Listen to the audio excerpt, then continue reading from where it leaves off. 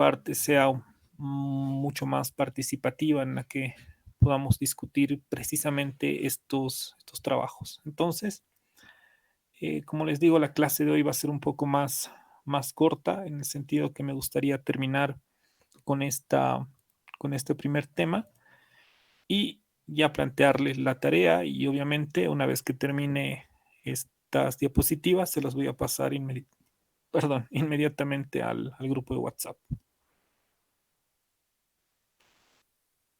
Bien, hemos visto en la anterior clase aspectos muy generales. Un minuto.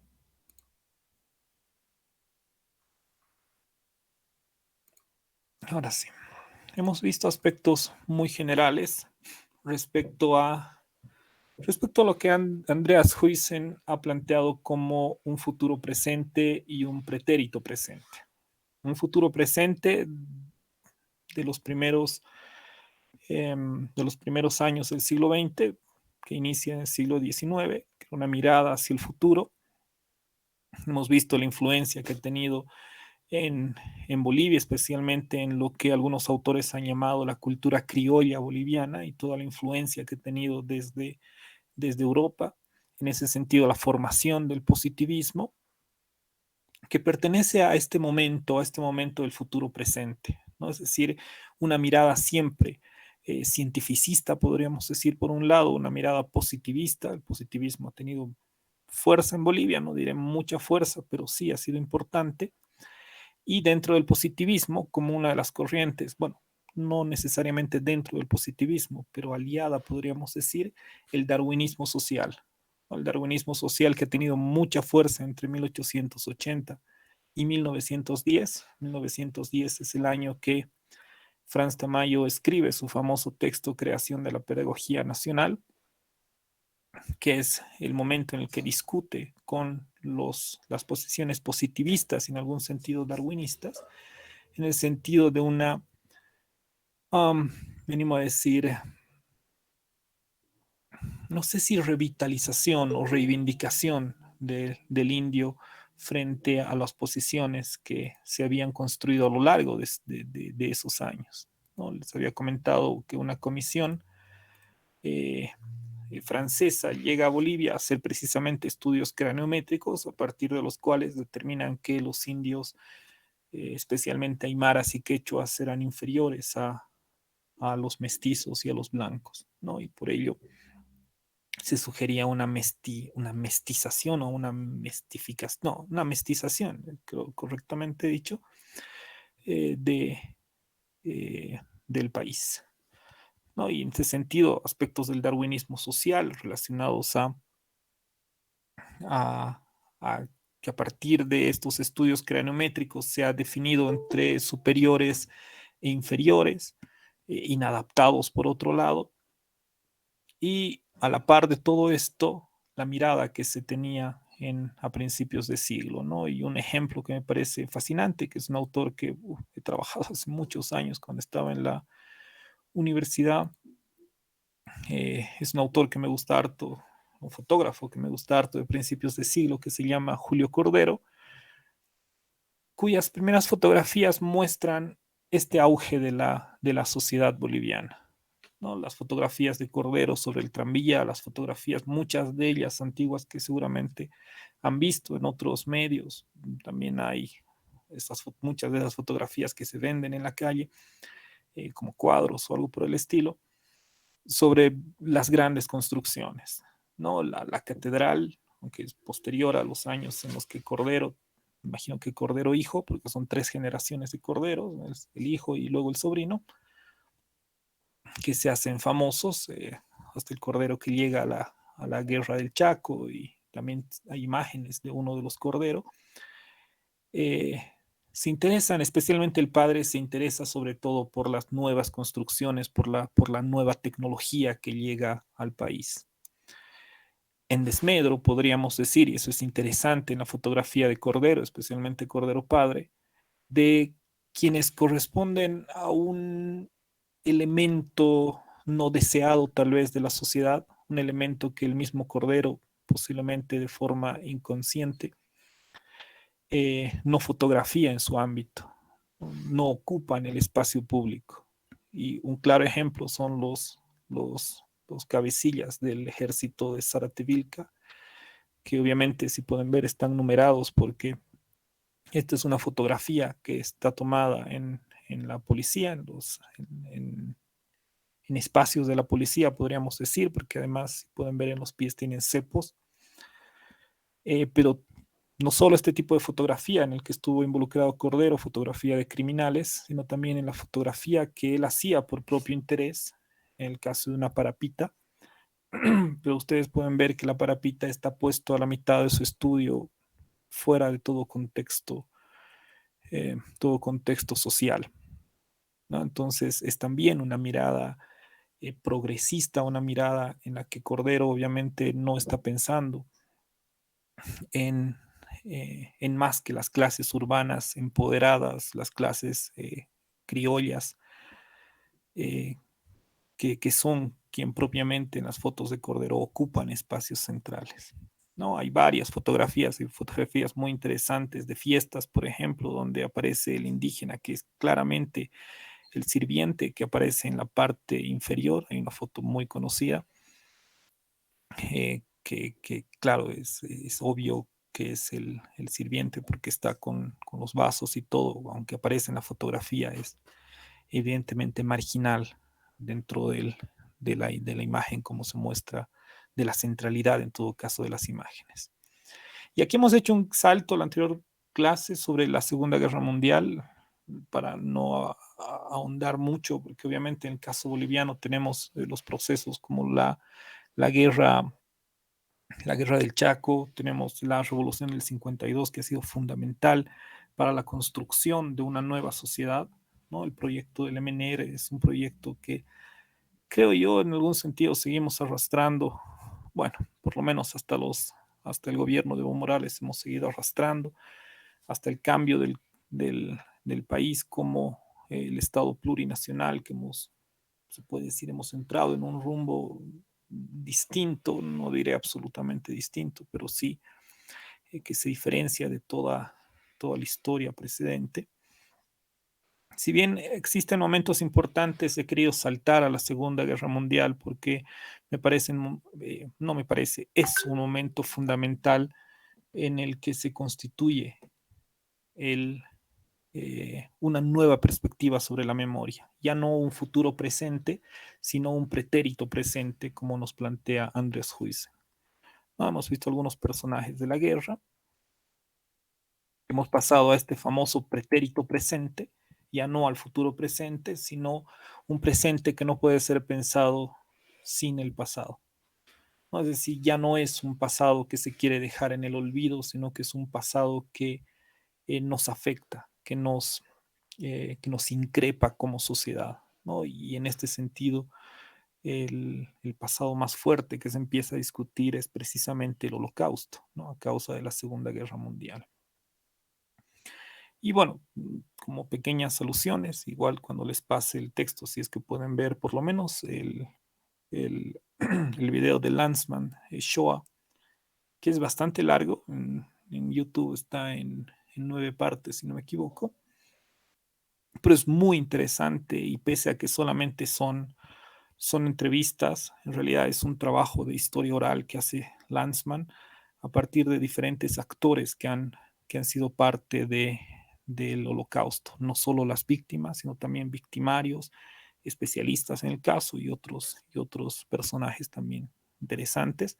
Y la primera imagen que se ha sacado del holocausto, la primera imagen cinematográfica ha sido de 1978, que es una miniserie norteamericana que está compuesta de 4 capítulos, por lo menos es así como está en esa página que está ahí de YouTube. Y es interesante porque de esta manera se ha ido construyendo un relato sobre el holocausto. Entonces, nos quedamos en este punto. Es interesante cómo La Segunda Guerra Mundial ha derrumbado todo el proyecto de la Ilustración. En un momento donde se pensaba que la ciencia nos iba a llevar a espacios eh, más dignos, tal vez, de sociedad o sociedades más dignas, en todo caso. Y nos a, iba a construir finalmente lo que en algún momento Fukuyama habló del fin de la historia, es decir, un momento en el que las sociedades iban a vivir mucho mejor que en cierta medida ha ocurrido por los desarrollos de la medicina especialmente, aunque bueno, mucho después se han evidenciado los crímenes que las mismas farmacéuticas han cometido y posiblemente están cometiendo. Todos estos fenómenos han generado lo que algunos autores como Andreas Huysen han llamado el holocausto como un tropos universal. Es decir, hay una mirada del holocausto fundamentalmente, que seguramente tenemos fundamentalmente desde el cine norteamericano y desde el cine europeo, lo que ha llevado a que muchos otros genocidios no puedan ser percibidos sin la comparación con el holocausto, ¿no? Y esto ha movido en muchos sentidos a la emergencia de otras memorias, ¿no? Y de memorias eh, no solamente relacionadas a la Segunda Guerra, sino memorias que surgen desde los propios pueblos, desde las propias discusiones sobre la colonización. Entonces, cuando hablamos de una cultura de la memoria, ya me animo a decir que estamos hablando en un contexto presente. Autoras como Elizabeth Jelin sostienen que vivimos en una sociedad que se transforma constantemente. Es decir, vivimos en una sociedad que está provocando y que provoca rupturas constantes con las tradiciones y con los legados culturales. Si bien hoy en día en Bolivia hay una emergencia, podríamos decir, de conocimientos ancestrales y todo ello, siento que no dejan de ser como que un tanto marginales, ¿no? Porque finalmente la sociedad se está construyendo a partir de nuevas tecnologías, pero no deja de ser interesante, es decir, ya no estamos en un momento de este futuro presente, como decía Huysen, donde solamente estamos mirando el futuro. Hay un auge, como dice Elizabeth Jelin, de las modas retro, por ejemplo. Hay un auge, incluso se sabe, y eso no estoy seguro, pero por algo que mencionaba tanto Jelin como, si no me equivoco, la Capra, que incluso hay un auge de las novelas históricas. Es como que es un tratar de volver a raíces que posiblemente no son nuestras, pero es una forma de recuperar memorias. Porque la ruptura con las tradiciones, la ruptura con los legados culturales, lo que hace es dejar a los individuos en una especie de orfandad. Y por ello estamos dando forma a lo que Elizabeth Jelin llama a una cultura de la memoria, es decir, una cultura que busca anclarse en cosas efímeras, ¿no? Y el claro ejemplo son las redes sociales donde hay una fascinación en muchos sentidos por fotografiar la comida, que fue un auge hace unos años, creo que ahora mucho menos, pero son formas de anclarse en pasados, porque son reacciones, como dice Jelin, de vidas que se construyen sin raíces, vidas que se construyen sin legados culturales fuertes, sin legados, sin tradiciones fuertes. Muchas de las críticas que hacen indígenas como Felipe Quispe, y podríamos pensar en Fausto Reinaga, ambos ya fallecidos, era que el gran potencial de la cultura aymara es que crecían con raíces fuertes. Puede ser discutible, obviamente, dependiendo de dónde se nace, frente a a los mestizos, como llamaban ellos, quienes crecimos y crecemos eh, con tradiciones que no están ancladas en nuestra tierra.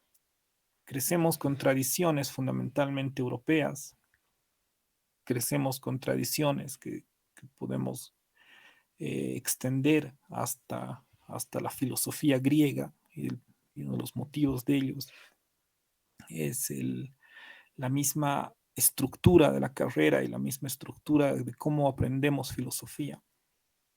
Habrán posturas que plantean que son saberes universales, conocimientos universales, que en gran medida es cierto, pero finalmente, ¿dónde quedan nuestros legados culturales? ¿En qué afecta? En que seamos individuos cuyas tradiciones, tal vez cuyas raíces se encuentran fuera de estas tierras, quienes finalmente no se consideran descendientes de indígenas, o por lo menos, o lo hacen en un sentido muy lato, produce este tipo de situaciones.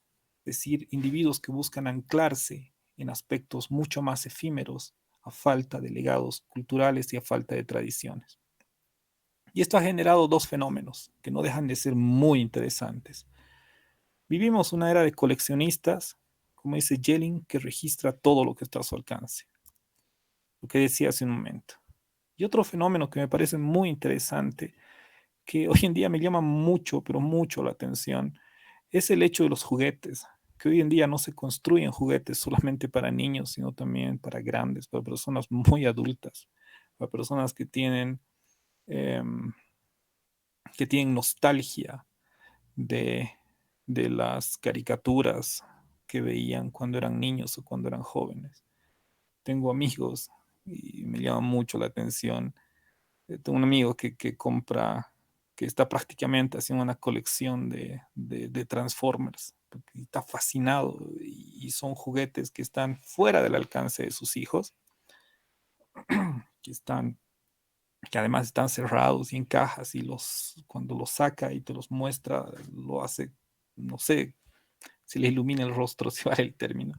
Y es muy interesante, son muy interesantes esos fenómenos, porque finalmente nos estamos volviendo coleccionistas en el sentido o con el deseo de querer agarrar, de querer sostener tal vez nuestra memoria, ¿no? Por un lado, somos una época o vivimos una época de coleccionistas, y por otro lado se ha masificado el culto al pasado, lo que decía hace un momento, ¿no? Las modas retro, los anticuarios últimamente eh, han han cobrado mayor relevancia que en tiempos anteriores.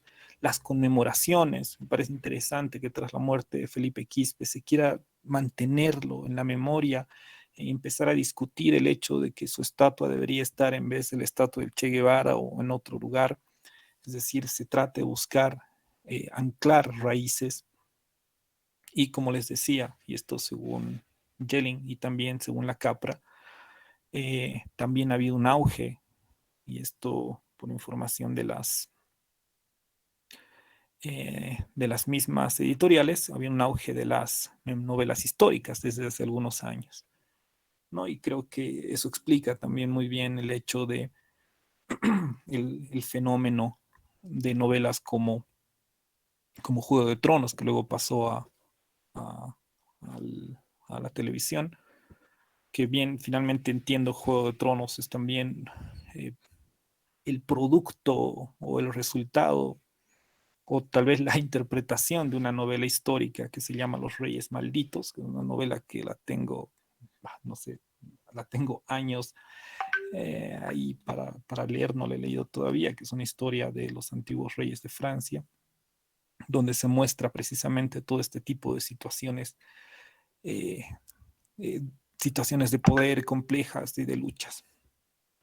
¿No? Entonces, vivimos una época de coleccionistas y hemos construido o estamos construyendo una cultura, una sociedad que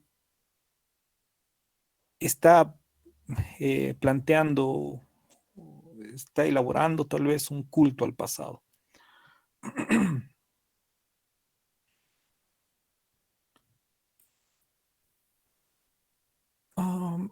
acá.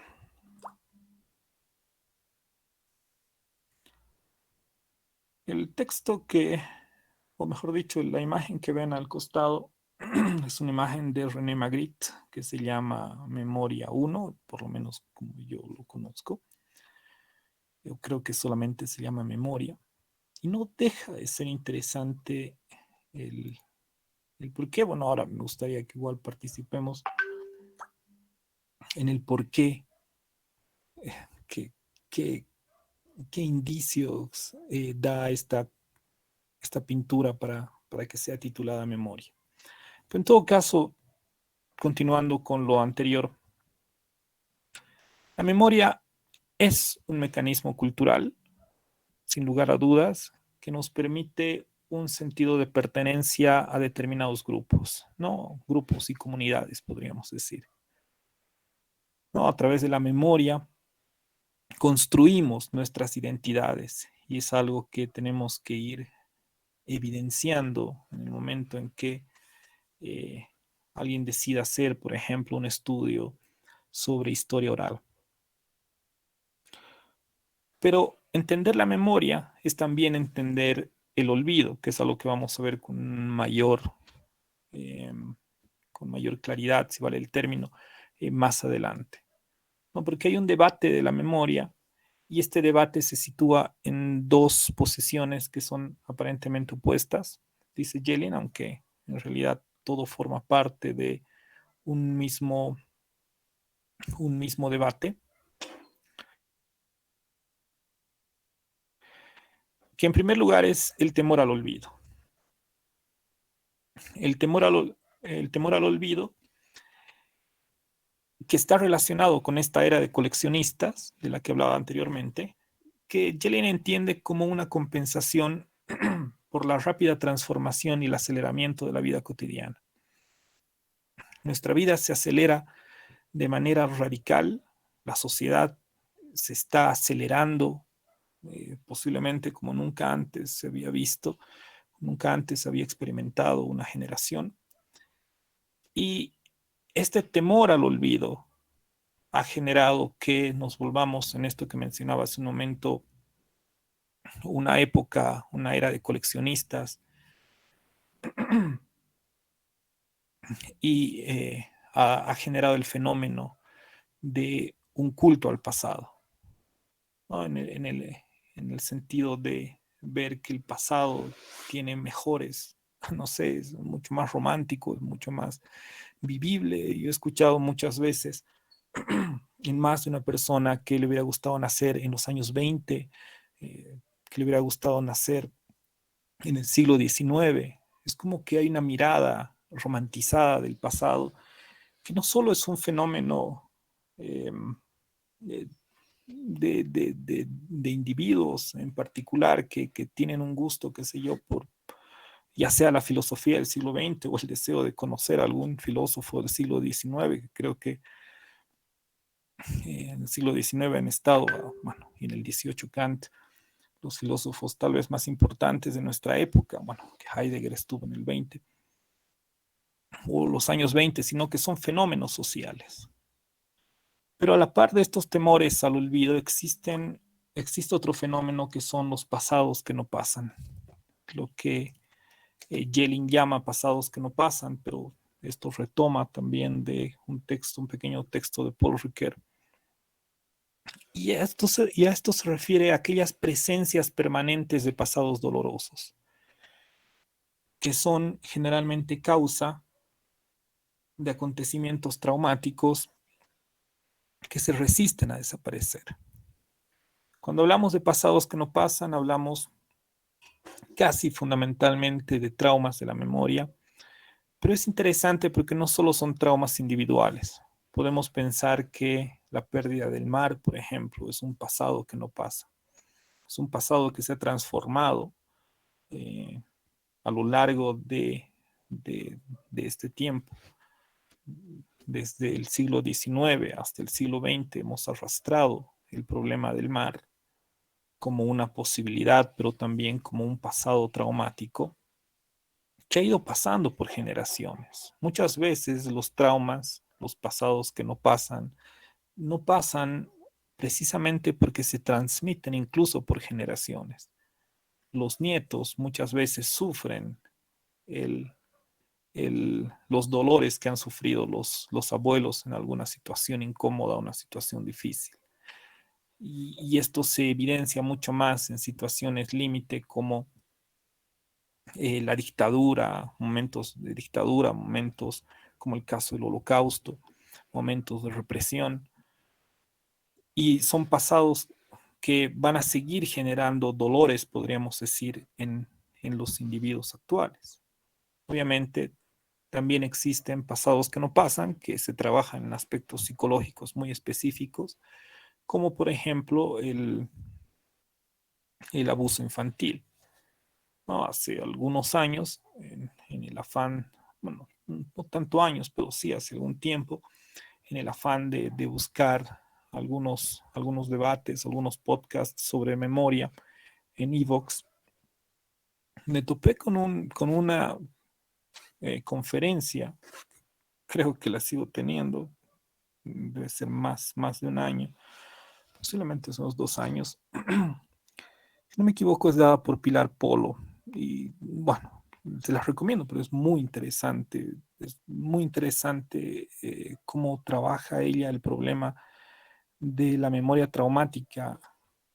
Claro, en un sentido no histórico como el que estamos viendo, en un sentido mucho más específico, mucho más individual, relacionados a los abusos infantiles. Y es interesante cómo muchas personas, por ejemplo, cuento el caso de un individuo que era basquetbolista, que tuvo una vida aparentemente normal, se casó, no tuvo ningún problema, pero cuando tuvo hijos pequeños, y estaban pequeños todavía, le era imposible al individuo bañar, a este individuo, a este señor, no sé, le era imposible bañar a su propio hijo, incluso cuando pasaba por su dormitorio y veía que estaba destapado, no podía, simplemente no podía acercarse para taparlo. Y fue a partir de un momento en el que estaba escuchando la radio, creo que un domingo, y escucha que empiezan a discutir o empiezan a hablar sobre el abuso infantil. Y como acto de magia, porque evidentemente el olor a un plato, el color, el sonido puede traerte recuerdos que simplemente no deseas.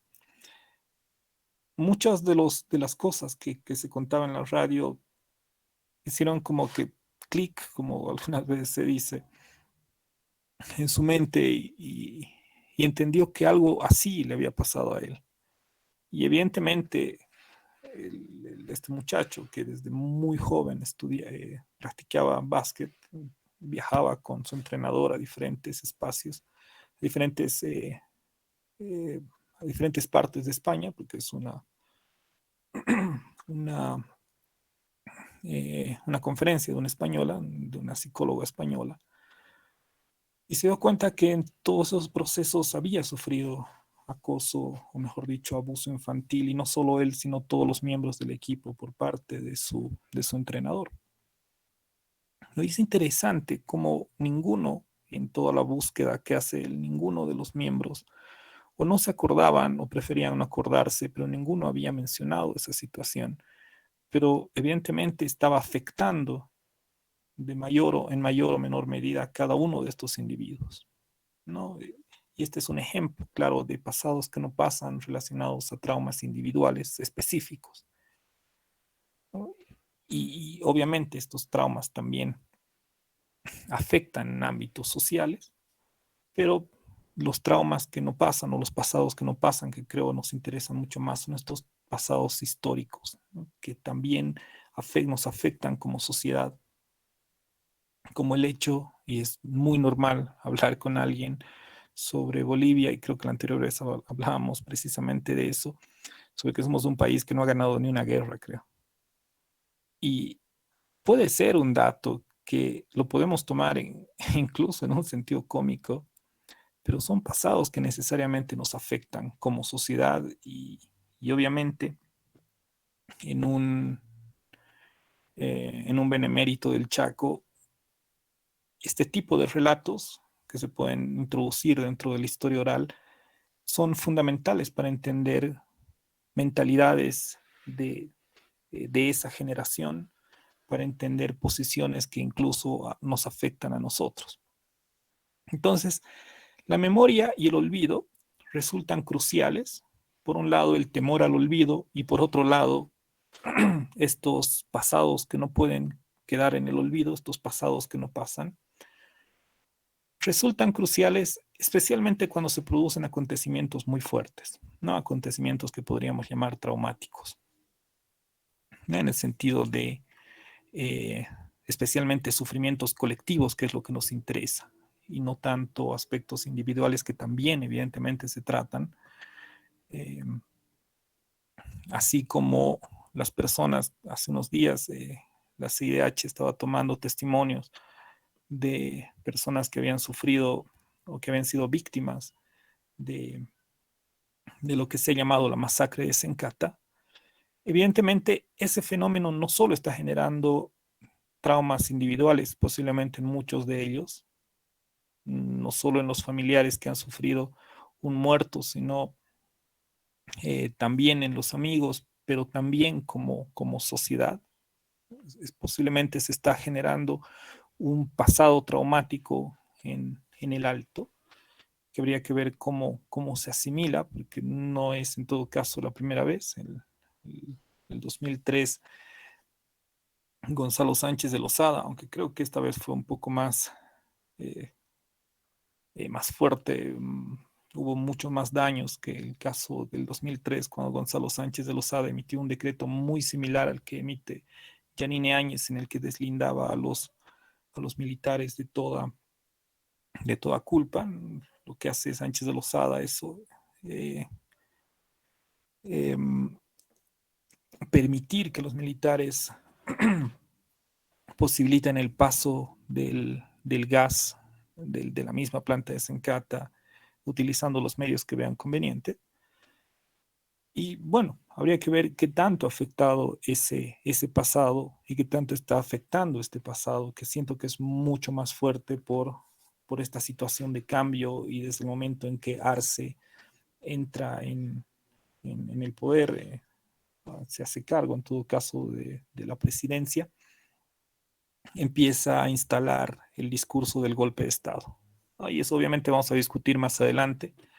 O sea, no tanto si es golpe de Estado o transición constitucional, que se sigue debatiendo, que son dos posiciones que tienen, creo yo, fundamentos desde diferentes perspectivas, eh, y que finalmente una de estas posiciones seguramente es la que va a pervivir en el futuro, ¿no? Pero bueno, eso no lo podemos saber y que es un tema creo que álgido, que no deja de ser interesante discutirlo en algún momento, especialmente bajo este tema de la memoria.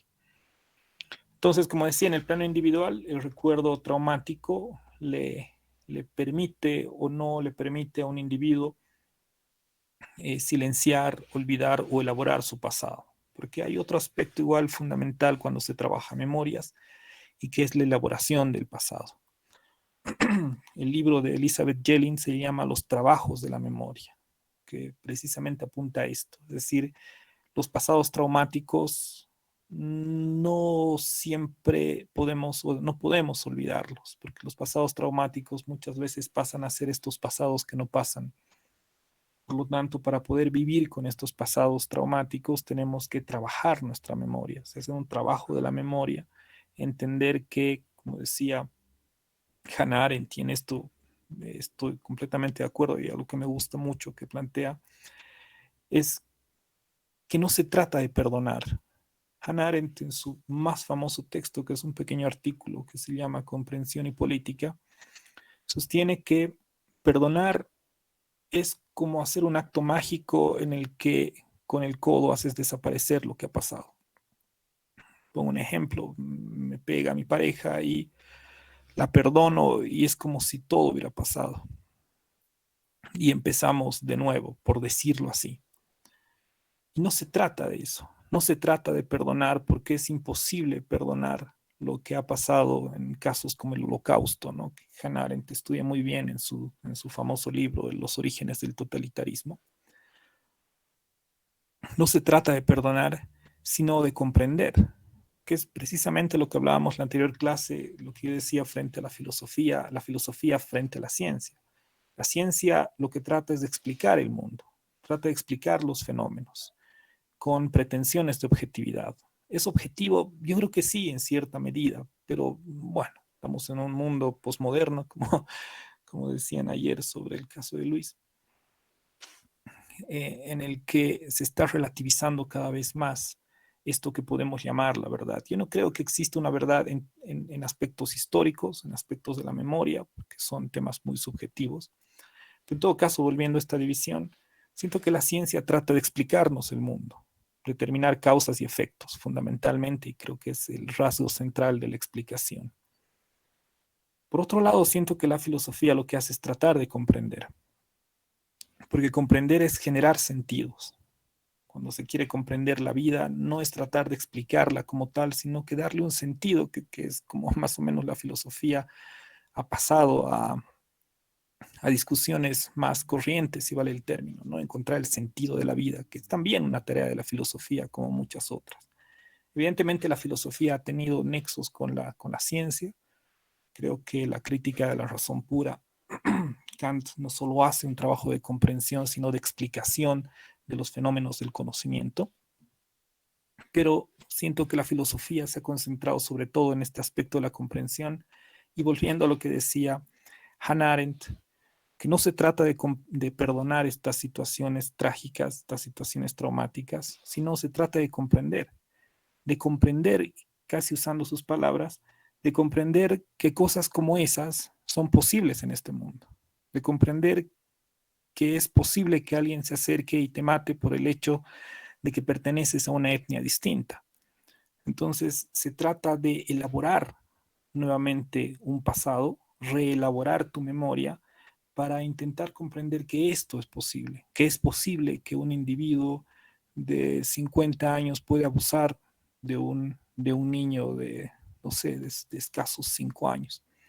Es posible esa situación y tengo que comprender esa situación para no sentirme culpable, porque el primer fenómeno que ha pasado con los judíos es que se sentían culpables y por eso al principio, en la primera fase, si vale el término, todos los sobrevivientes del holocausto sentían vergüenza de lo que les había pasado, las marcas que les habían hecho para numerarlos era un símbolo de ignominia para ellos, para muchos de ellos, porque sabían que no solamente, bueno, el holocausto estaba fundamentalmente, no en todos los casos, compuesto de individuos que eran homosexuales, que en ese momento era inaceptable, de individuos que eran pobres, porque las personas más adineradas habían podido salir de Alemania mucho tiempo antes, y bueno, otros que prefirieron quedarse, pensaron que iba a ser mejor la situación. Bueno, era muy complejo, pero como que se creó un discurso que los avergonzaba. Pero luego del juicio de Eichmann, luego de toda esta reelaboración que se empezó a hacer en función del holocausto, se empezó a transformar la imagen de la víctima del holocausto, de una persona que causa vergüenza a una persona por la que se siente cierto orgullo. Es un poco lo que decía Laclau cuando hablaba del populismo. Él decía que el populismo hay que resignificar el populismo, como de la misma manera que el cristianismo ha podido resignificar la cruz. Porque la cruz, en el momento en que crucifican a Cristo, era un símbolo de ignominia. Era imposible pensar que tras la muerte de Cristo, suponiendo obviamente su pasado histórico, es imposible pensar que alguien se coloque una cruz como símbolo de orgullo, como hoy día pasa, ¿no?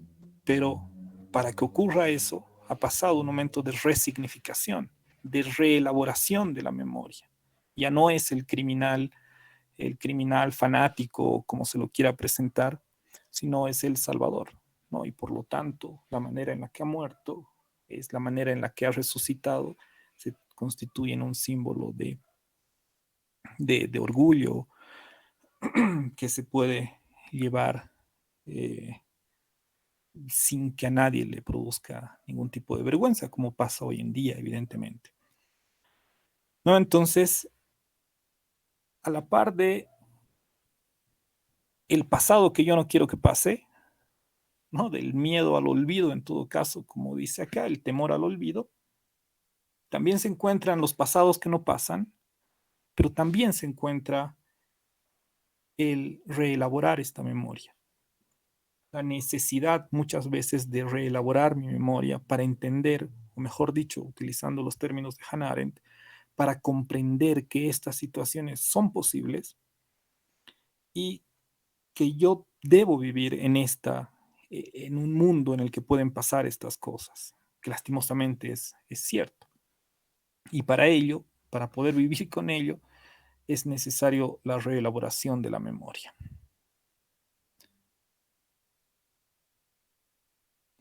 Para romper un poco esta tensión que no sé si solo yo la siento, ¿qué piensan de esta pintura de Magritte?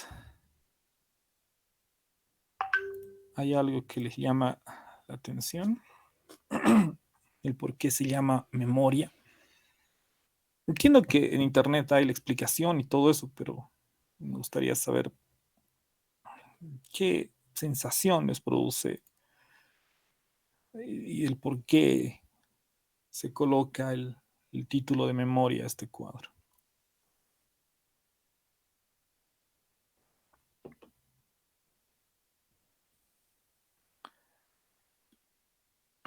¿Nadie?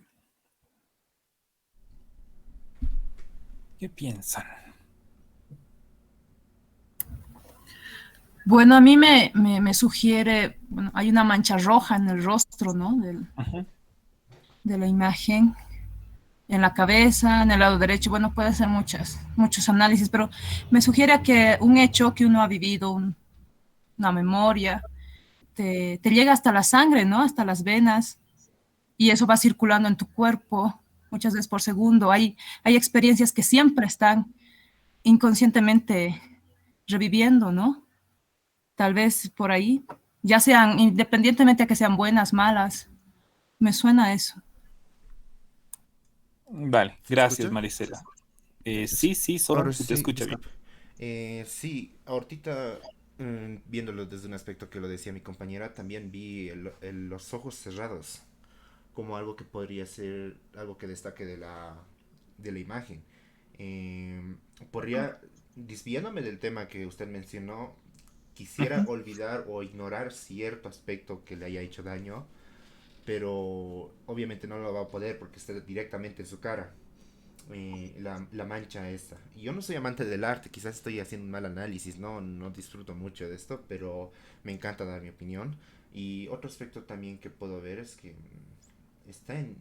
O sea, no se puede saber realmente en dónde está, porque puede estar en una perspectiva que le muestra el cielo y todo, pero también hay una parte que muestra un lado oscuro que no se puede saber realmente en su ubicación exacta. Nada más. Perfecto, gracias, Soren. Muy interesante, diría yo, la observación respecto a esta parte oscura, ¿no? De la imagen frente a la otra parte que es evidentemente clara con nubes y todo ello. Interesante. ¿Alguien más? Sí, la, el Abraham. contraste, sí, el contraste de los colores, Ya. pero a pesar de eso, con lo expuesto anteriormente, claro, mi pregunta parece que se responde en cierto sentido en cuanto que refleja una cierta aceptación o resignación, o sea, me imagino esta, no sé si llamarlo busto, esta imagen es Atenas representando la sabiduría, pues que tiene algunas heridas, ¿no? Entonces, o sufrimientos, por llamarlo así, ¿no? Entonces, una cierta aceptación, una cierta resignación, Es lo que me suscita. Ya, sí, yo veo algo relacionado a lo que dices, ¿no? Sobre, no sé si resignación es el término, pero sí, entiendo más o menos a dónde quieres ir con la explicación. A ver, ¿alguien más? Licenciado, por favor, Yesiel, sí, claro que sí. eh, dando un aporte a mis compañeros, voy a parafrasear a un poeta norteamericano que es Jim Morrison, que dice, ¿no?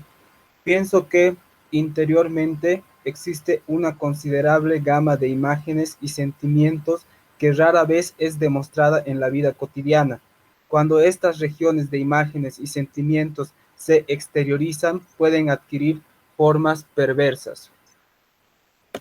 Creo que es la idea, ¿no? El inconsciente del ser humano y lo subjetivo a veces son tan profundos que cuando uno adentra en ellos encuentra monstruos o quizás sangre, ese tipo de cosas que es parte de la humanidad. Gracias, Yesiel. La verdad que muy interesante. Dame un minutito, Rochelle, ahora te doy la palabra. La verdad que muy interesante el fragmento del poema, no sé si será el poema completo de Morrison, porque sí, me hace un poco recuerdo a este grabado de Goya que se llama La razón crea monstruos. Es interesante cómo, no sé hasta qué punto, creo que Deleuze ha sido uno de los autores que ha en algún momento intentado conciliar esta conciencia o nuestra conciencia con la locura. Es decir, interiormente estos traumas que salen como demonios, no recuerdo cómo dijiste, como monstruos, podríamos decir, también pueden ser productos de una racionalidad radical, podríamos decir, ¿no? La razón también crea monstruos del mismo modo que estos recuerdos, yendo un poco a lo que estábamos viendo, estos pasados traumáticos que cuando se exteriorizan, como dices, que sería este paso del inconsciente a la conciencia, lo que crea es,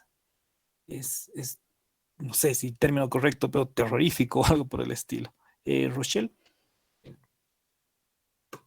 Sí, Listen, la verdad es que eh, para mí o sea, la cabeza ahí como cortada simplemente y la mancha de sangre en la frente representa también como el recuerdo de algo muy doloroso, el ver o simplemente el estar presente en algún hecho muy significativo, porque tengo entendido que es que estos cuadros está basado en la Segunda Guerra Mundial, si no estoy equivocada, y creo que también se hace referencia a eso, si bien está viendo una muerte o está recordando eh, algún hecho respecto a eso. Ya, gracias, Rochelle. Por el año de este cuadro, en 1938, bueno, estaría un año antes de la Segunda Guerra, pero posiblemente, y no estoy seguro, la verdad que de Magritte conozco muy poco, posiblemente esté tal vez en un contexto del totalitarismo eh, nacionalsocialista, ¿no? Habría que ver, y es otra forma interesante de analizar el cuadro, es decir, situándolo en el contexto en el que ha sido creado, ¿no? Gracias. Y eso de la cabeza igual, bueno, un momento más hago un pequeño comentario sobre lo que, y en relación a mucho de lo que ustedes han dicho, de cómo igual entiendo esta imagen. ¿Alguien más? Sí, ¿Tiene dice. alguna? Isaías. Sí, por favor. Bueno, primeramente lo que me produce el cuadro es bastante nostalgia, ¿no? De hecho, el rostro, su expresión es bastante nostálgica, bastante triste. Y entrando un poco más en detalles del cuadro, me llama mucho la atención la pieza faltante de la superficie, que tiene como una grieta más o menos ahí de la cabeza, justo al medio abajo, que para mí pues representa una imperfección, ¿no? Una imperfección ya de hecho en el contexto, en el tiempo en el que se haya pintado esta obra, y el hecho de la hoja que está ahí como puesta de propósito, que fue como arrancada de un árbol verde y puesta ahí a morir, digamos, puesta ahí a que se seque. Y algo que me llama también bastante la atención es la parte oscura que va como consumiendo el rostro, como que va alejándola o ocultándola. Yo lo veo más como un telón que trata de ocultar la claridad de la pintura. Gracias, Isaías. Muy interesante. El aspecto de la hoja, tienes mucha razón, ¿no? Que es una hoja que está ahí para morir, o sea, para secarse, utilizando la metáfora, que está ahí para morir. Y la imagen redonda, ¿alguien tiene alguna idea? Bueno, no no la imagen redonda, la esfera que está ahí. Se supone que esa es una campana, ¿no? ¿Una campana? O sea, recuerdo, tiene otro cuadro que también se llama Memoria. Creo que Ya, son varios, ¿no? Que se llama Memoria, sí. pero es la versión que tiene la rosa. Y recuerdo que esa, o sea, la descripción dice busto, rosa y campana. Entonces, como es el mismo huevo, Ujú. se supone que es una campana, supongo que es una campana de hotel, una de esas campanas que se toca por encima, no lo sé. Interesante. Nunca lo había imaginado, lo hubiera imaginado. Bien, no sé si alguien tiene algún comentario más ya para ir pasando al siguiente. A mí se me ocurre que ese objeto redondo es lo que ha impactado ahí con el rostro de la imagen, ¿no? Y esa parte oscura es la que ha llegado al rostro, me parece. Ya, puede ser una interpretación que no dejaría de ser campana, pero sí tendría tal vez un efecto en el rostro. ¿Alguien más? Bien. Yo siento que sí, como muchos de ustedes han dicho. Y a mí me hace mucha sensación al pasado. Se supone que el pasado está ahí y no puede ser modificado. Y esto que decía Soren, ¿no? Esta diferencia de la imagen entre lo claro y lo oscuro, que obviamente nuestro pasado para utilizar el mismo término, es un claro oscuro, ¿no? Que no recordamos muchas cosas simplemente porque no podríamos vivir si recordáramos absolutamente todo. Y esta cuestión de la sangre que está ahí es porque, pese a que es una cabeza de estatua, se supone, es una cabeza petrificada, es una cabeza blanca, tiene en esa parte del ojo eh, algo vivo, ¿no? Es decir, algo que está latente. Yo creo que es ahí donde se habla de la memoria. Ahora, no sé si habrá un significado mucho más compuesto, mucho más complejo, porque respecto a lo que decía Rochelle, si no me equivoco, ¿no? No, Isaías, sobre la hoja, que finalmente, o sea, el presente, este presente que estamos viviendo está vivo y mañana este presente habrá dejado de ser y será petrificado en gran parte. Es un pasado que ya no se puede rearmar, si vale el término, pero hay algo todavía que no se ha petrificado, ¿no? Siento que por ahí va la mancha de sangre a lo que se refiere la memoria. Ahora, lo de la campana me sorprendió, no sabía en realidad que puede ser una campana, como dice Lucía. En otras imágenes, si el título es evidentemente la rosa, la estatua y la campana o algo por el estilo, entonces sí, evidentemente apunta a una campana. Ahora tal vez algo en relación a lo que dice Abraham. Pero bueno, pero bueno, buenos los motivos por los que puse esta imagen en el grupo de WhatsApp. Veamos los niveles de la memoria. Vamos a ir introduciéndonos un poco más en estos aspectos. Eh, con mayor profundidad en las siguientes clases. Como les digo, esta primera parte es un poco la introducción al texto que realiza Elizabeth Jelling. Vamos a ver los trabajos de la memoria propiamente, la elaboración de la memoria. Y en todo esto existen niveles de la memoria. Y estos niveles de la memoria son los que nos vamos a proponer analizar a lo largo de estas clases, es decir, analizar estas presencias del pasado, estos sentidos del pasado, frente a lo que vimos anteriormente, que son los olvidos. Hay un primer nivel que Jelling denomina como simbólico personal, que es el nivel en el que se trata de entender la memoria como procesos subjetivos, anclados en experiencias y marcas simbólicas y materiales. Obviamente, las memorias subjetivas están ancladas, sin lugar a dudas, experiencias, situaciones que nos ocurren, están ancladas en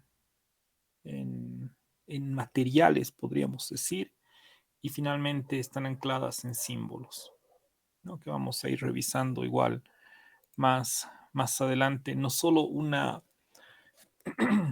estatua que trasciende lo personal, pero muchas veces igual los símbolos tienen significados específicos para una persona, dependiendo obviamente de las experiencias que esa persona ha tenido. ¿No? De hecho, muchas de las torturas que se han utilizado en diferentes espacios, como en el caso de la Segunda Guerra Mundial, ha estado en relación de construir imágenes en los individuos, como por ejemplo torturas con botellas de Coca-Cola, de manera que las marcas en esos individuos no queden solamente en el cuerpo, sino que queden cada vez que, una vez, no sé, salidos después de la tortura por un otro motivo, salvo que los maten, esa marca quede también en la memoria. Es decir, que cada vez que vean una botella de Coca-Cola o incluso la marca de Coca-Cola, les genere esa sensación de tortura, ¿no? Lo que implicaría un trabajo de la memoria que obviamente una situación límite como las que se han producido son muy difíciles de elaborar, pero bueno, finalmente una necesidad para poder seguir viviendo. El segundo plano, que podríamos llamar el plano político-cultural, que es el segundo tema que vamos a tratar. Bueno, el tercer tema, este es el primero, que se refiere fundamentalmente a que las memorias están siempre en el centro de disputas. John Gillis habla que las memorias son objetos de disputas, como había mencionado en la anterior clase. Claro, no son tanto objetos, tal vez elementos podría ser algo que no parezca tan tangible, pero bueno, más allá de ese elemento, hay que reconocer que las memorias están siempre en el centro de conflictos, de luchas, de disputas, por lo que en estos casos hay que prestar atención al rol activo y productor de sentidos que le atribuyen los participantes en estas luchas.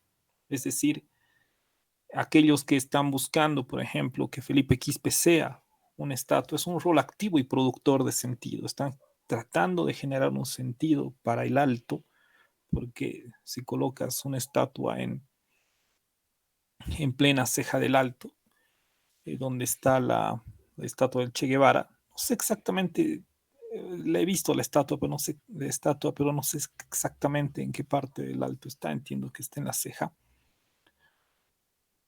Pero esa estatua podría generarse, o sea, esa estatua ya estaría produciendo un sentido, dándole un papel muy distinto a Felipe Quispe del que tiene hoy en día. Entonces, es interesante toda la lucha que se está estableciendo entre quienes aceptan o desean que eso suceda frente a aquellos que más bien reivindican lo contrario y ven en Felipe Quispe un terrorista, por no decir menos, que lejos de ser un símbolo de la ciudad del Alto o de cualquier comunidad, debería ser más bien un personaje que se merece el olvido, podríamos decir.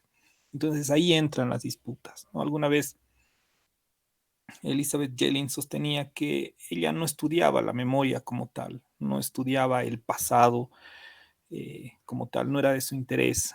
La historia como estudian los historiadores, tratando de encontrar elementos, no sé, tratando de aclarar ese pasado con mayores elementos que podemos ir encontrando en el camino, sino que ella planteaba que su análisis el análisis al que ella se ha dedicado toda su vida es precisamente a estas luchas por la memoria. Porque cada quien, y ella plantea de esa manera, cada quien lucha desde diferentes perspectivas y con sus propios medios.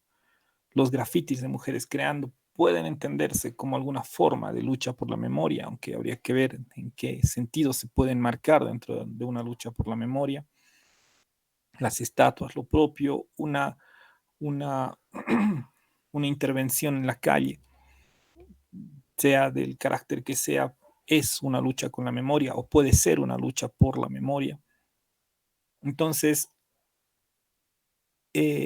cuando hablamos de este nivel político-cultural, estamos enmarcados fundamentalmente en relaciones de poder en la sociedad, donde se trata de instaurar memorias y por otro lado se trata de borrarlas. Y un tercer nivel, que es el nivel histórico-social, ¿qué es lo que significa historiar las memorias? Es decir, que la historia no está petrificada, existen acontecimientos, eso es seguro, existen hechos que no podemos negar, como que Evo Morales ha sido presidente durante 14 años, como que Evo Morales renuncia a la presidencia del 2019, en noviembre del 2019, como que Áñez sube al poder y es presidenta durante gran parte del 2020, pero lo que cambia en todos estos datos es qué es lo que finalmente hilan a los mismos datos, es decir, lo que le da sentido a los datos.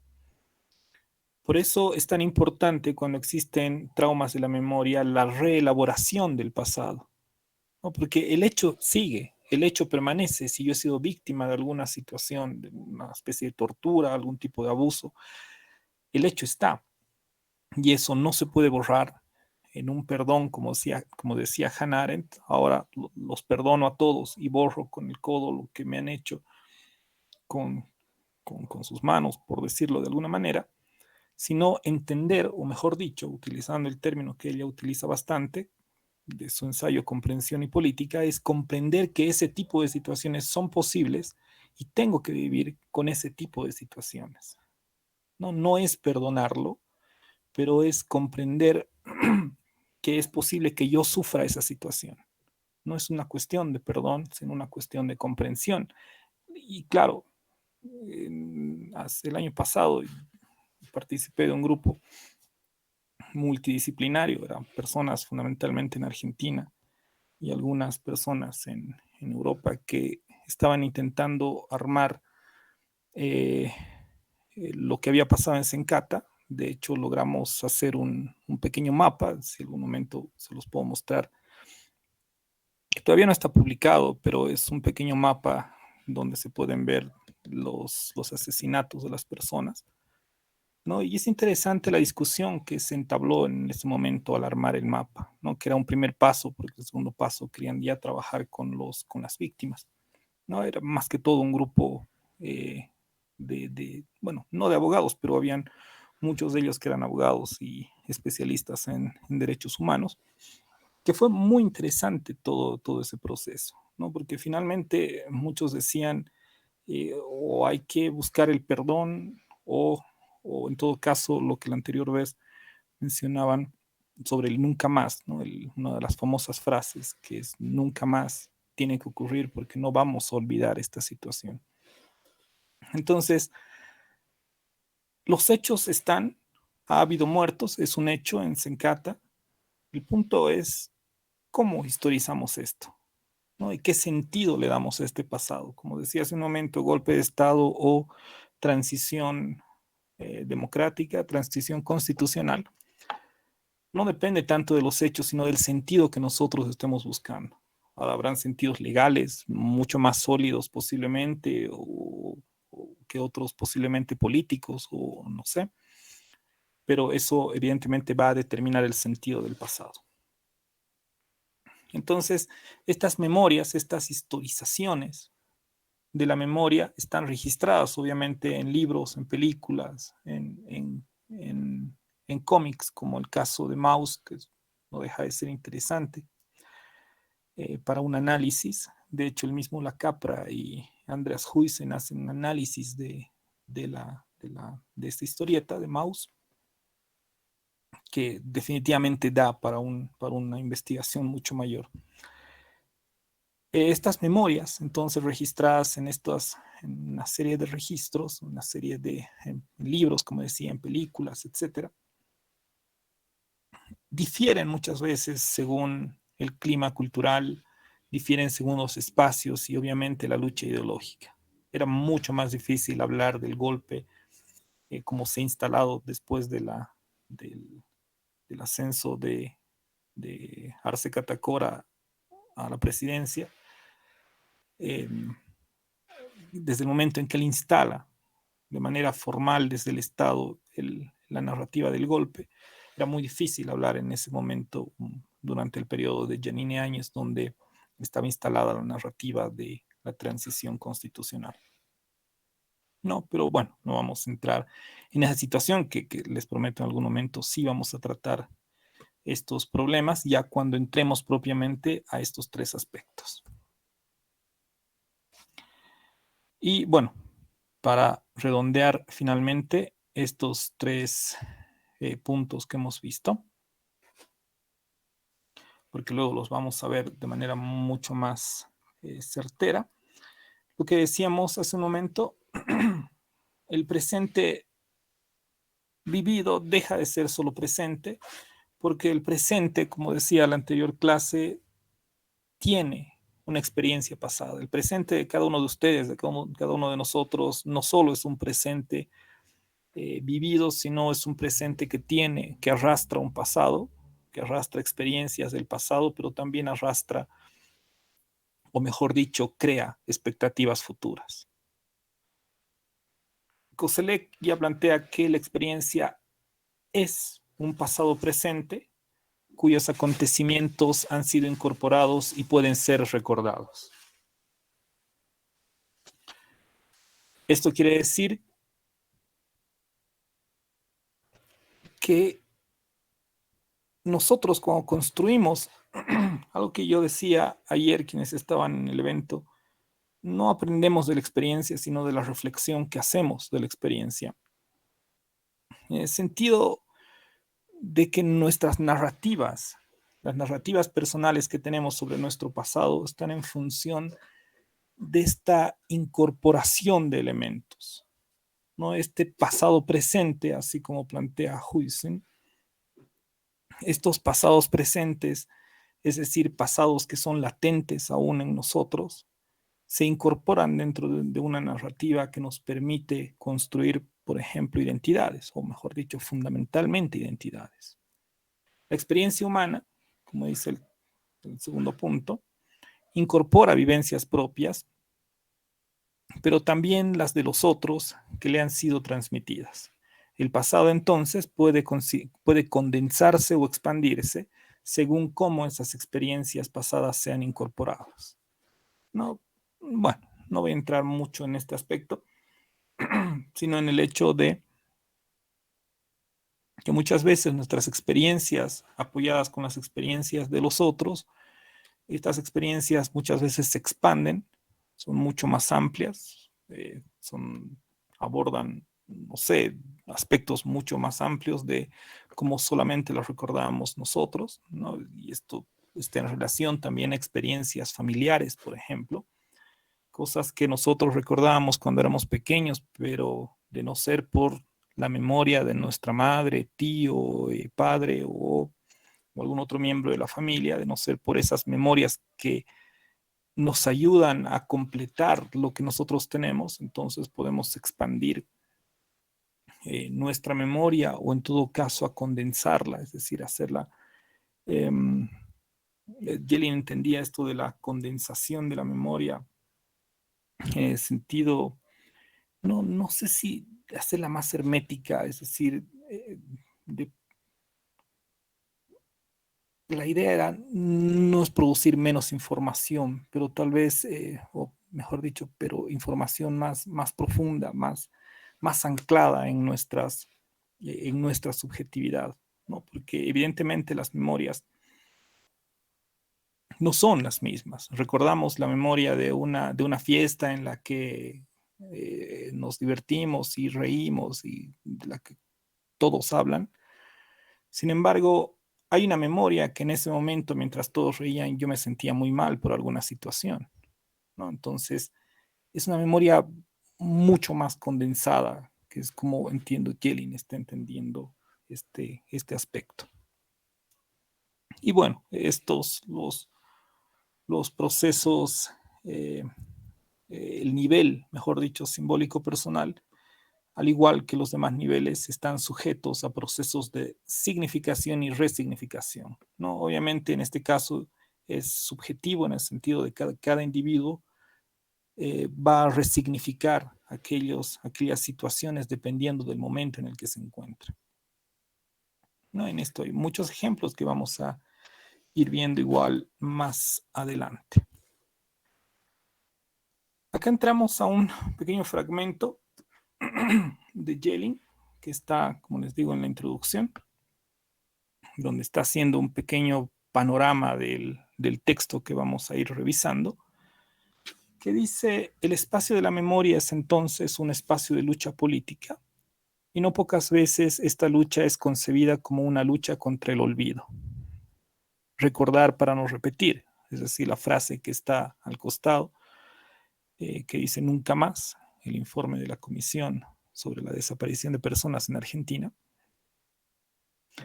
Las consignadas pueden en este punto ser algo las consignas en este punto pueden en este punto ser algo tramposas.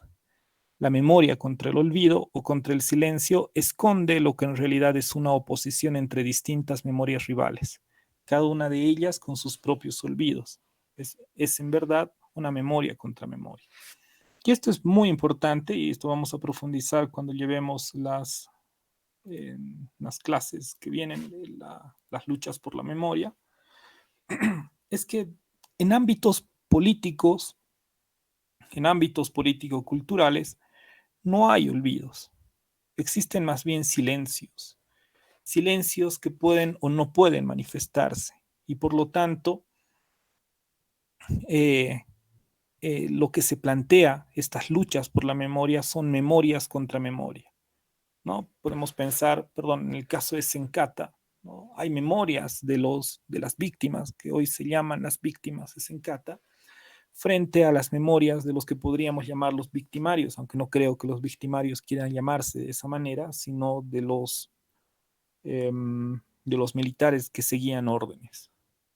Y obviamente una memoria frente a la otra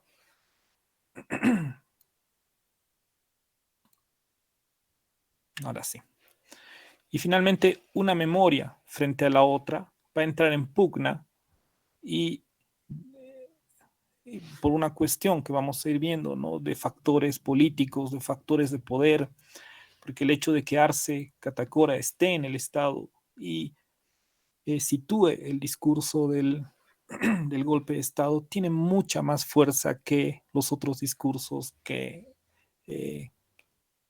una gestión antes, la gestión de Yanine Áñez, estaba muy presente, ¿no? Catacora tiene 5 años, 4 años y medio, bueno, un poco más, para situar esta memoria. Es la verdad de la situación, es un poco difícil de plantear. Yo insisto que en estas situaciones no hay verdades, sino que las verdades se construyen en las narrativas y las verdades se construyen o se consolidan en la medida de que las personas van aceptando estas verdades y se van consolidando finalmente en los libros de historia y van pasando por generaciones. Entonces, es un tema mucho más complejo. me parece muy interesante. Por ejemplo, una crítica que hacían no recuerdo a cuál, pero uno de los libros de historia hechos en Bolivia, no era la editorial Don Bosco, pero no recuerdo cuál es, donde todo el periodo del 71, un poco antes, en realidad el 64, cuando entran Barrientos y Obando, en ese cambio de presidentes que había hasta que muere Barrientos, bueno, en todo caso el 71 con la dictadura de Banzer, hasta el 81 con la dictadura de Carlos Mesa. Hay un libro que se lo ha criticado bastante, estaba viendo, en el que no se denominaban a estas situaciones dictaduras, sino gobiernos militares. La diferencia entre gobierno militar y dictadura, creo yo, es muy amplia, porque implican otra serie de elementos, incluso elementos éticos. Entonces, ¿cómo va a sobrevivir esta memoria del golpe o la memoria de la transición? Bueno, es una cuestión de poder y obviamente quien tiene las herramientas para imponer su memoria es quien con mayor posibilidad tiene de instalarla. ¿No? El lema Nunca Más, que ha sido utilizado para investigar los crímenes de las dictaduras en Argentina, que ha sido asumida por otros países de la región, también el caso de Bolivia. Acá se ha escuchado el tema de Nunca Más, de la mano de ASOFAM, fundamentalmente, ¿no? de los familiares de los desaparecidos, que originalmente, como decía, como les comentaba en la anterior clase, ha sido utilizada, bueno, originalmente fue creada en todo caso por los sobrevivientes del nazismo, fundamentalmente estaba viendo de los sobrevivientes del gueto de Varsovia. Y esto implica que los procesos de democratización que suceden a regímenes dictatoriales, a situaciones límite, no son sencillos ni fáciles. Por ello, la salida del 81, la salida de la dictadura, hasta el momento en que entramos en el proceso democrático, y esto muestra Jelling, bueno, no en el caso boliviano, sí muestra en ciertas partes sobre el caso argentino, lo que se instala es una discusión sobre la democracia. Incluso nosotros hoy estamos discutiendo sobre la democracia. ¿Qué es vivir en democracia o cómo definimos un régimen democrático? ¿No? Y estas discusiones se sitúan debido a problemas o debido a momentos críticos, ¿no? Y uno de los momentos críticos que hemos vivido todos es en noviembre de 2019, de diferentes maneras, en diferentes situaciones, seguramente bajo diferentes perspectivas políticas, pero creo que ha sido una situación que ha dejado traumas en la sociedad y traumas que se están reflejando en discusiones latentes sobre la democracia, ¿no? Y sobre el intento de profundizar la democracia, sobre el intento de discutir finalmente qué entendemos por democracia. En este sentido, bueno, los pasados dictatoriales son una preocupación presente. El pasado de la dictadura ha afectado mucho en nuestra sociedad, por lo cual algún gobierno que no se haya adecuado a ciertas normativas, ¿verdad? Para ser puntual, el desprecio, podríamos decir, del 21F por Evo Morales ha generado que se ha llamado finalmente un dictador, ¿no? O sea, más allá de cómo se puede definir el dictador y todo ello, ha sido un elemento que se ha utilizado para que se instale esa narrativa durante ese tiempo, y hasta el día de hoy también se mantiene ciertas narrativas sobre la dictadura de Evo Morales, que, bueno, personalmente parece que finalmente era un régimen democráticamente electo, pero bueno, mucho más complejo en todo caso por la situación, la concentración de poder que se ha generado en el partido de gobierno. Pero bueno, algún momento, bueno, más adelante vamos a discutir igual sobre esto. Entonces, y es aquí donde quería llegar, Cuando existen situaciones problemáticas, se plantean tres situaciones, generalmente. Algunos prefieren el olvido, es decir, tratan de olvidar esa situación difícil, esa situación no deseada en su momento. Es decir, el olvido y la reconciliación con ese pasado. Podemos pensar en un caso mucho más individual, ¿no? La violencia que puede ejercer un hombre contra una mujer o viceversa. Y finalmente prefiere el olvido. Ahí podremos pensar en algún sentido el perdón, en el sentido de reconciliarse con ese pasado. Otros prefieren ver lo positivo y progresista de ese pasado. Me pongo a pensar que hoy en día se discute sobre el gobierno que tuvo Yanine Áñez, y pese a todos los casos de corrupción que han sido, que se han mostrado, hay muchos que prefieren ver que el pasado gobierno ha tenido aspectos positivos y progresistas por tales y tales motivos. Mientras otros tratan de esclarecer los hechos del pasado a fin de buscar justicia. Es decir, por un lado, o nos olvidamos y preferimos la reconciliación, vemos lo positivo y progresista de ese pasado, o nos, eh, nos embarcamos en una búsqueda de justicia para esclarecer los hechos del pasado que aún quedan latentes, que es lo que más o menos ahora está pasando con las víctimas de Sencata. Es por ello que, en un sentido político, las cuentas del pasado, las luchas del pasado se enfocan casi siempre desde una perspectiva ética. El debate sobre la memoria de los regímenes represivos son planteadas con frecuencia en relación a la necesidad de construir órdenes democráticos y obviamente que en función de los derechos humanos. Como les decía, en este grupo del cual fui parte el año pasado, bueno, y aún somos parte, bueno, aún soy parte, pero como que ha quedado un poco rezagado. Se ha discutido mucho sobre derechos humanos, ¿no? Sobre los crímenes contra los derechos humanos, ¿no? Y obviamente hay una perspectiva ética muy fuerte desde el punto de vista de la falta de ética del victimador.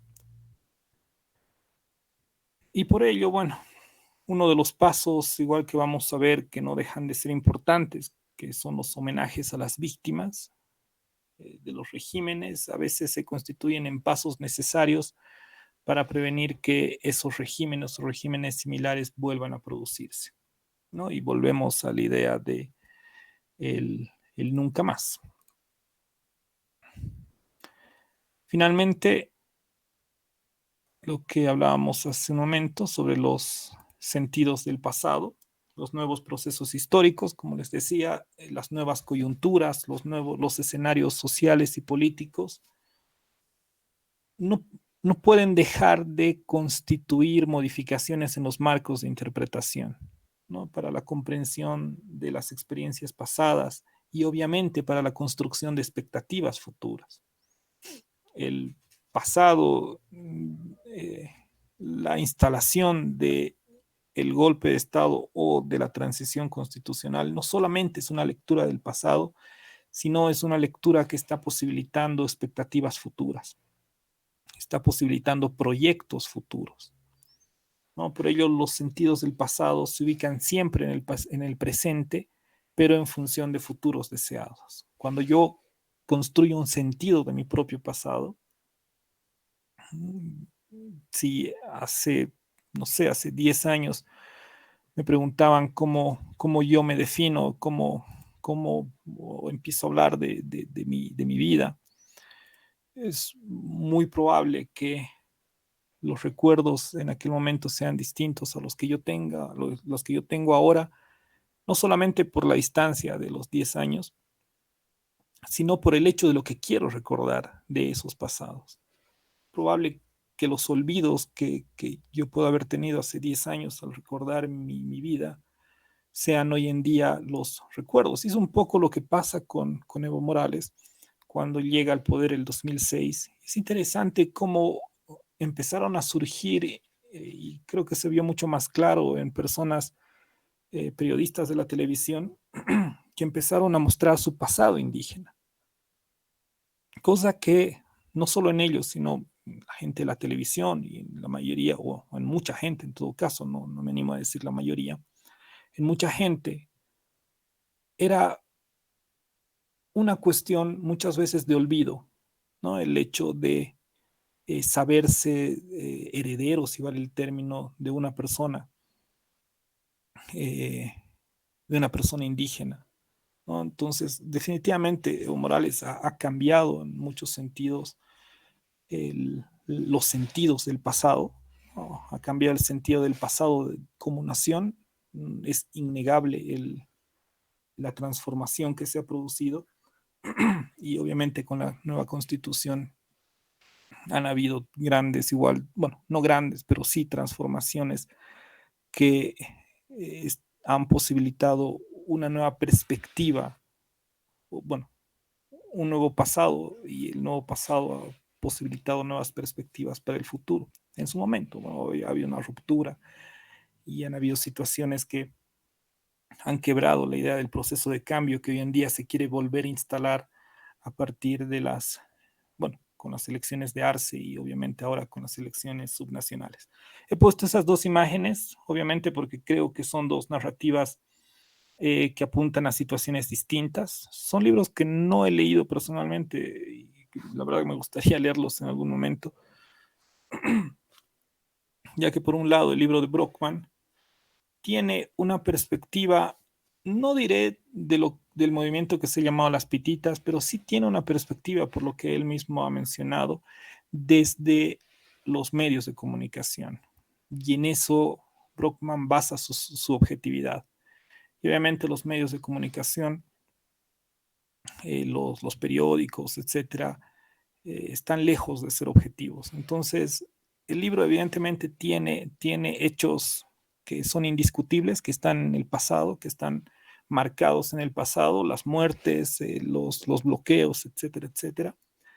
Pero la forma en la que hila estos hechos narrativos, la forma que le da a los hechos, creo yo, vuelvo a decirlo, no lo he leído y que es un texto que me interesa bastante revisarlo, creo yo, el hilo de los hechos es distinto a cómo Morales estaría presentando en su autobiografía que se llama Volveremos y seremos millones. Entiendo que Morales no va a tratar estos momentos de las pititas como tal o de este movimiento que se ha denominado las pititas. Creo que trata aspectos relacionados a las esferas de poder, pero evidentemente ambas narrativas apuntan a pasados distintos, es decir, no a pasados distintos, sino a sentidos de un pasado distinto.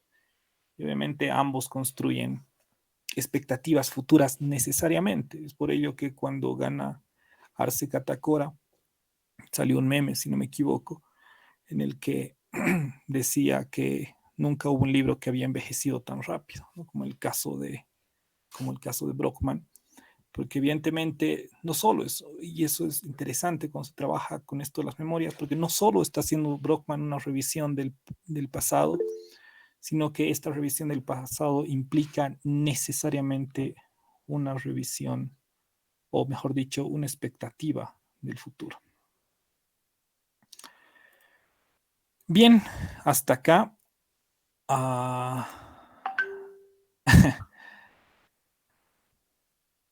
Es un XD. ¿Por lo de Brockman o lo de Evo Morales, Soren? Sí, por lo de Brockman, pero eso es también algo que está conectado a este tema de las memorías, que anteriormente fue la cultura pop y ahora son los memes, pero bueno. Y sí, fue algo que he notado, es que en ese tiempo la, la población indígena, de alguna forma, mestizos indígenas, eran superiores a la gente que estaba saliendo a marchar y a protestar. Pero los que tenían mayor expresión por medios de comunicación y redes sociales, en el caso de Facebook, era la gente que estaba en la oposición, eran los que más llamaban la atención y los que más voz tenían. Y fue un impacto que cuando se dieron las elecciones en ese causa supuestamente fraudulentas, que la población indígena y mestiza tuviera mayor votos que sobre los que estaban saliendo a marchar. Ha sido una situación muy interesante, o sea, bueno, trágica, sin lugar a dudas. Creo que todos, de alguna manera, especialmente los que estábamos en La Paz, hemos vivido una situación muy compleja, muy complicada en todo caso. No sé, tengo una memoria extraña de esos momentos, ¿no? Pero a eso me gustaría, y por ello me gustaría plantearles esta actividad que dice, cuando suceden situaciones traumáticas, como lo que decía hace un momento, el pasado se constituye en una preocupación siempre presente, donde generalmente se asumen tres posiciones sobre el pasado, ¿no? Lo que les había comentado hace un momento. Olvido, perdón, olvido y reconciliación con ese pasado, ver lo progresista o lo positivo y lo progresista de ese pasado, o esclarecer los hechos de ese pasado a fin de buscar justicia. Yo les pido que en función de estos cuatro acontecimientos que ahora voy a leer, los siguientes acontecimientos que fueron traumáticos para la sociedad, y eso es un hecho, la dictadura militar de García Meza del 80 al 81, Octubre Negro de 2003, la caída de Evo Morales y las muertes de Sencate y Sacaba durante la presidencia de Áñez. Es la primera vez que estoy planteando una actividad de este estilo, a ver cómo podemos eh, plantearla en la discusión de la próxima clase. Es decir, les pido que elijan dos momentos. Ahora bien, aquí solo tenemos cuatro opciones. Les doy la opción de que puedan elegir un momento que no está acá, que tal vez haya sido importante, algo que me ponga a pensar, por ejemplo, y es algo que se ha tratado de instalar, pero ha sido muy tímido, porque obviamente el Estado siempre ha estado del lado del MAS, es decir, bueno, salvo el 2020, ¿no? Que es la situación de Chaparina. No, no sé si yo he sentido que hay mucha gente que menciona mucho Chaparina como para tratar de no olvidar ese momento trágico y muy complejo durante la presidencia de Evo Morales, ¿no? La salida de la ministra, la primera ministra de Defensa, y, y la salida de Sacha Llorenti a la ONU, si no me equivoco, no estoy seguro. Ha sido un momento de crisis de gabinete, podríamos decir, eh, que también puede ser un momento a partir del cual ustedes pueden tomar una posición, ¿no? Entonces hay la opción de que ustedes puedan introducir alguno más, pero les pediría que por lo menos uno de estos momentos lo tomen para posicionarse desde esas tres posiciones, valga la redundancia, sobre el pasado. Es decir, frente a la caída de Evo Morales, por ejemplo, yo quiero ver lo positivo y progresista del pasado. Prefiero olvidar y que se reconcilie, o lo que me interesa es esclarecer estos hechos a fin de buscar justicia. No, obviamente les pido que de los cuatro acontecimientos elijan dos que les haya afectado de alguna manera. Vuelvo a decir, uno puede ser incorporado por ustedes y luego elige una de las anteriores posiciones sobre el pasado y explica los motivos de tu decisión. El trabajo está acá en este link, o pueden escanearlo con el celular, lo pueden hacer al celular. En este momento vamos a ver brevemente bueno, obviamente no están viendo,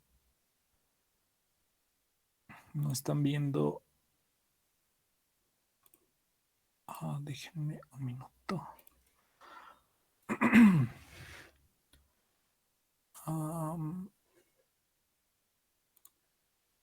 Ahora sí, voy a compartirles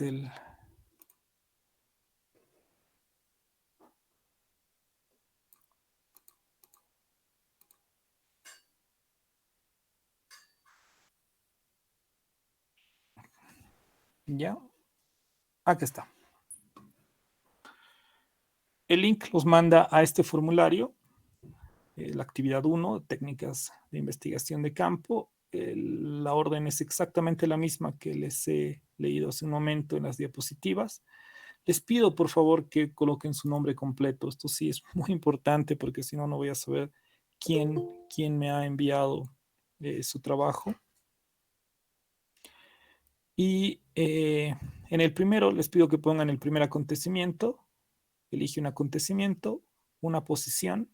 Puede ser, por ejemplo, la caída de Evo Morales el 2019, esclarecer los hechos de ese pasado a fin de buscar justicia, y luego desarrolla los motivos, ¿no? El por qué me posiciono en esa situación. Tratemos de, obviamente lo vamos a poner a discusión, como les digo, la primera vez que planteo un ejercicio de estas características, tengo buenas expectativas de lo que pueda suceder, porque sí me gustaría que planteemos una pequeña discusión sobre este punto. Esto para el primer acontecimiento y este para el segundo. No sé si tienen alguna pregunta o duda sobre este punto.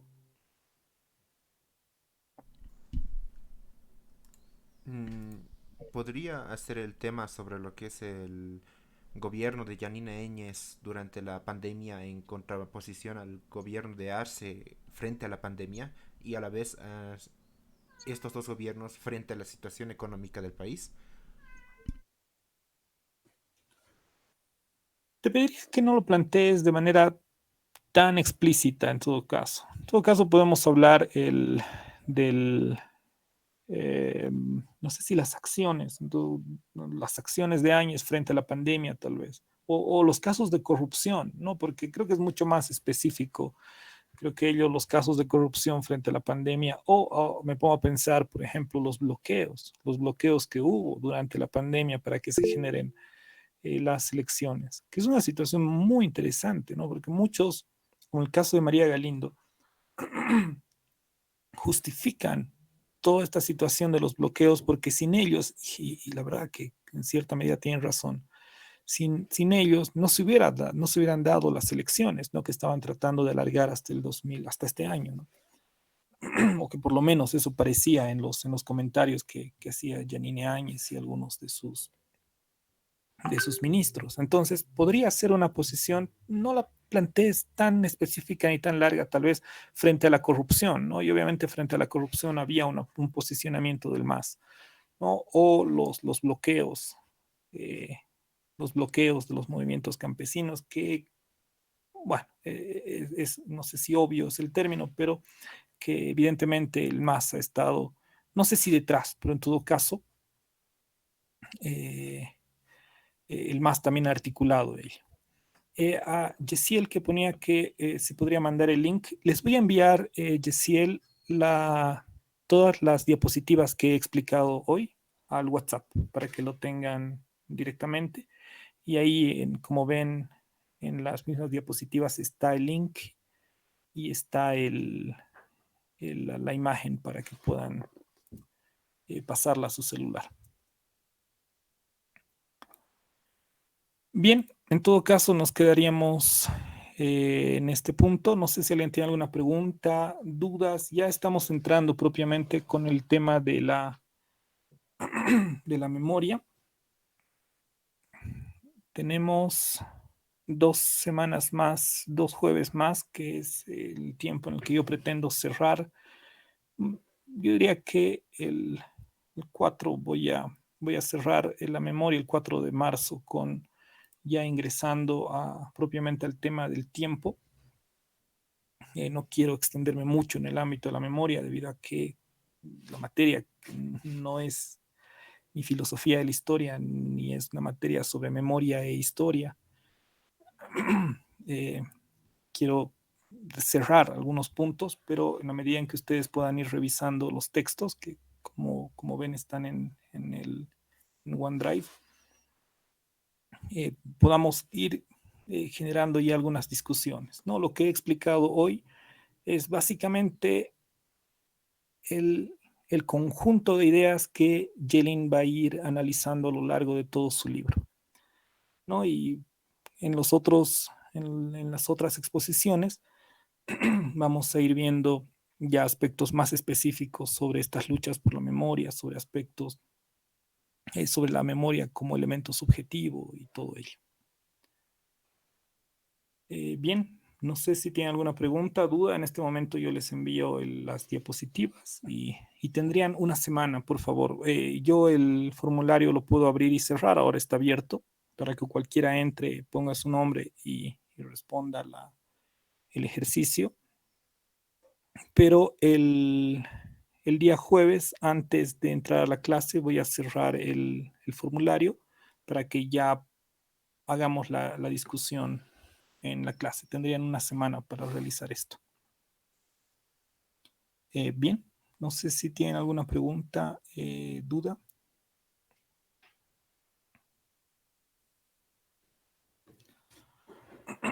Entonces nos veríamos la próxima semana.